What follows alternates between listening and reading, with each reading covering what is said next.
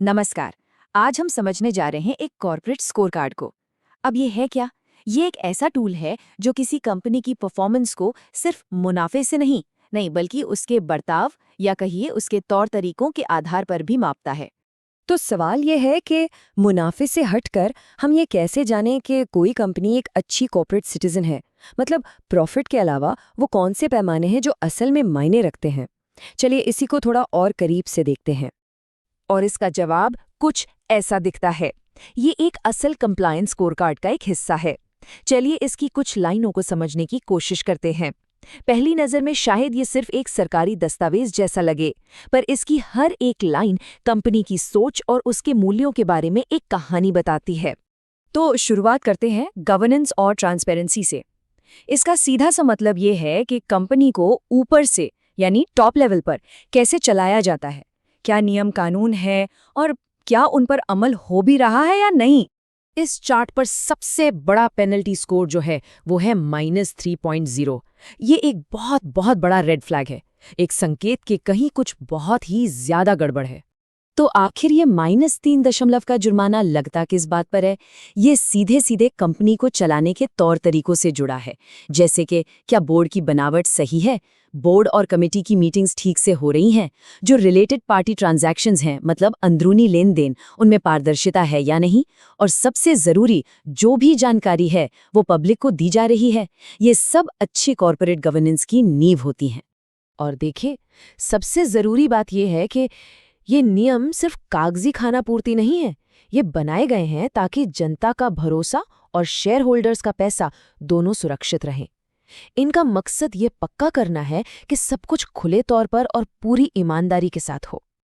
अच्छा, तो कंपनी के अंदर की बातों से अब थोड़ा बाहर आते हैं और देखते हैं कि कंपनी अपने पार्टनर्स के साथ, खास तौर पर छोटे सप्लायर्स के साथ कैसा बर्ताव करती है।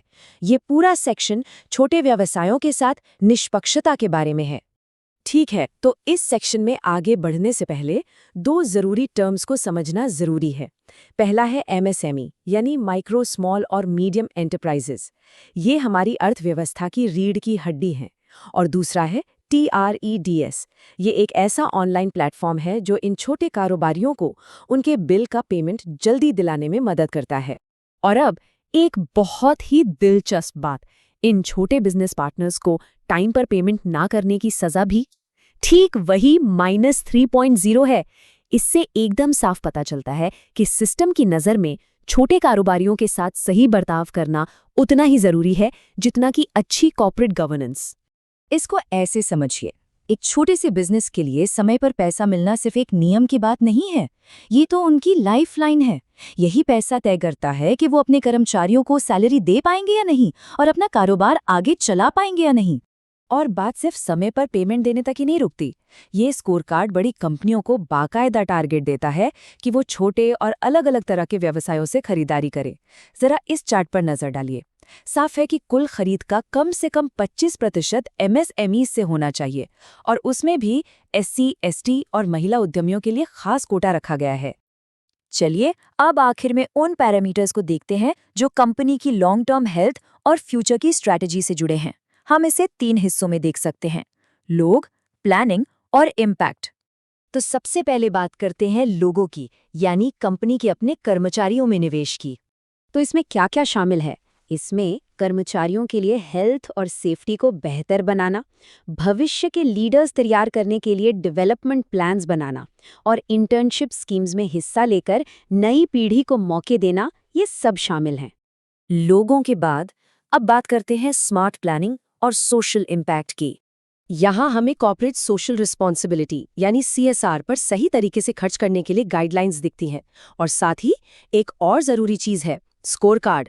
ये भी देखता है कि कंपनी अपनी उन संपत्तियों का क्या कर रही है जो अब उसके मेन बिजनेस के काम नहीं आ रही। मतलब एफिशिएंसी भी एक पैमाना है। तो कुल मिलाकर इन सभी नियमों का मकसद ये पक्का करना है कि कंपनियां सिर्फ मुनाफा कमाने की मशीन बनकर न रह जाएं, बल्कि वो अपने कर्मचारियों के लिए एक सुरक्षित जगह हों, समाज के लिए एक अच्छी नागरिक हों और अपने पास मौजूद संसाधनों का कुशलता से इस्तेमाल करें। तो इस पूरे विश्लेषण का निचोड़ क्या है? ये स्कोर कार्ड हमें असल में क्या बताता है? चलिए इसके जो मुख्य संदेश हैं उन्हें एक साथ देखते हैं। देखिए, ये स्कोर कार्ड असल में 3 मुख्य बातों को बहुत ज्यादा महत्व देता है। पहली है सुशासन, यानी बिजनेस को पूरी पारदर्शिता और ईमानदारी से चलाना। दूसरी है आर्थिक निष्पक्षता, मतलब छोटे और अलग-अलग तरह के बिजनेस पार्टनर्स को सपोर्ट करना। और तीसरी है भविष्य पर फोकस, यानी लोगों, सुरक्षा और संसाधनों के सही इस्तेमाल में निवेश करना। और जाते जाते एक सवाल, जरा सोचिए, अगर किसी के अपने वर्कप्लेस का, अपनी कंपनी का ऐसा ही एक स्कोर कार्ड होता तो वो किन चीजों को मापता? ये सोचने के लिए एक दिलचस्प सवाल है।